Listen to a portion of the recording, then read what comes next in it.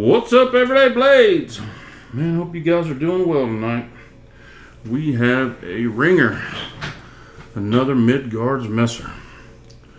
This is the Bombur, and I'm sure I'm not pronouncing that right, but y'all gonna have to let me slide.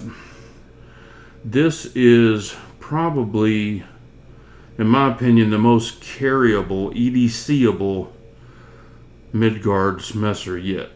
This one is special. 000 out of 200. This is a prototype. Very, very cool knife. Love the finish on the blade. It's like a polished stonewash. Beautiful. The action just feels really good. So, in Europe, I believe the law says you can't have a one-hand opening knife. But this one, technically, you can one-hand open it, which is really nice. I like the blade geometry. It's a little bit thick on the edge, but this is a big overbuilt knife. That's what it's supposed to be. That's what Midgards-Messer is known for. I wasn't sure getting this what I was getting into because I didn't know. I've seen prototypes of cars and motorcycles and things like that, and most of those were junk. So I was a little nervous. The stuff they threw together just to sell a product, right? So I was a little nervous that might be what I got here, but I can tell you I think this is almost nicer than the production knife. This is a beautiful, beautiful knife. Look at that full backspacer, titanium backspacer, going into really nice jimping. It's got a lock bar travel and overstop. It just feels really good. The ergos are really good. Normally when I'm talking about Midgard-Messer knives, I'm talking about an enthusiast knife. I don't compare it to like the Bug Out or anything like that makes it more carryable or more usable, because that's not what they're about. They're about big, overbuilt, crazy, but still usable knives. I carry these knives. Probably not this one too much. This is actually one of my favorites, the Berserker, but I don't carry it that often because it's huge. I carry it certain days. Here's a little smaller one, the Devalen. One of their most popular ones, the little Viking, the Viking series. Very cool knife. So, this one for size, let's put it up against the Bug Out to give us an idea. It's still a good size knife. It's still a beast, what they're known for. So let's look at it up against the Little Viking. It's just a hair bigger than the Little Viking, but it seems like it's a little bit thinner. The pocket clip's a little more tucked in.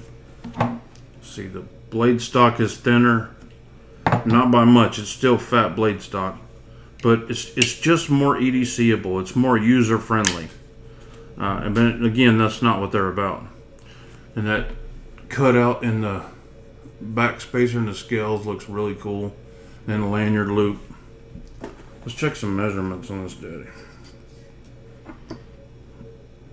We are 3 3/4 blade, 4 3/4 scales. Width of the knife itself is just a hair over ½ inch. Like 9/16. I'm just a fan. It's running on bearings. Their blades are CPM D2 from Crucible, not Chinese D2. This is quality stuff from Crucible Metals. It's powdered metallurgy. Holds a little bit better of an edge. I'm a fan of it. I've heard that Midgards has some really big things coming up this year. And they're putting out a lot of knives, so be ready because they're coming. This one's been out a while. They're all sold out. Of course, there was only 200 made, and I got one of the prototypes. That's the only negative to the limited quantities that some of these companies put out. But in this day and age, sometimes that's all you can get made. I mean, you have so many models to make. You can't make 800 and keep producing, but this is kind of their backbone. They do 200 to 300 per run, so your knife holds its value. you could buy this knife new, keep it a year and turn around and sell it for what you paid for it or more, depending on the model. So that's really cool too. It's very nice when you can do that, especially for someone like me who reviews knives and turns quite a few knives. But most of my Midgards I keep because I love these knives. It's kind of like you're getting the quality and size of a Medford for half the price. And I'm a huge Medford fan. Still have my Medfords, but these kind of scratch an itch for me.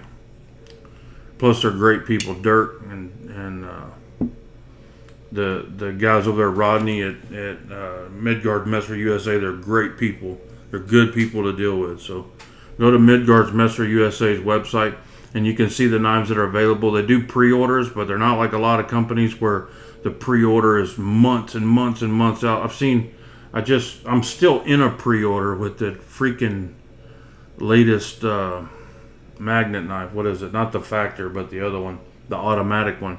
I've been in a pre-order for that one for a year. I mean, it's getting a little ridiculous at this point. I mean, I won't do that again. But I wasn't aware that anybody did a year-long pre-order at that time.